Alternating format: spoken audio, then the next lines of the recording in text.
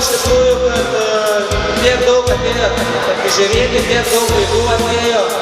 Ir davėt man galimybę, savo brangenybę, man davėt išmokyti, pasitikėjot manim.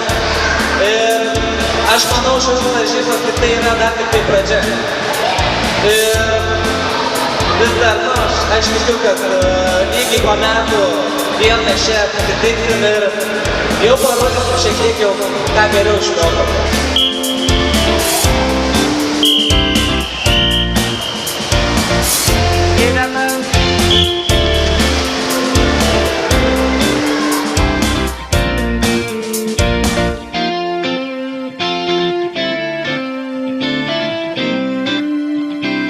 Su vaikais pradėjau dirbti nuo vasaros pradžios ir praėjo 3 mėnesiai ir pagalvojau, kad reikėtų kažkokį uždarimą padaryti, vaikų varžybos, kadangi jau jie kiti lanko ir 3 ir 4 mėnesį, jau pramokom gan neblogai praplaukti, tai galvoju, reikia organizuoti varžybas.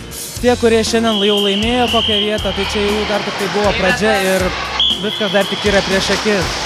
O tie, kurie nelaimėjo, manau, kaip tik yra gera motyvacija toliau treniruotis ir būti tarp tų 3 laimingųjų. Tėvelių dėmesys irgi labai daug ką reiškia vaikam, kadangi jeigu tėveliai nelabai domisi, ką jų vaikai veikia, tai ir vaikui nėra motyvacijos dalyvauti.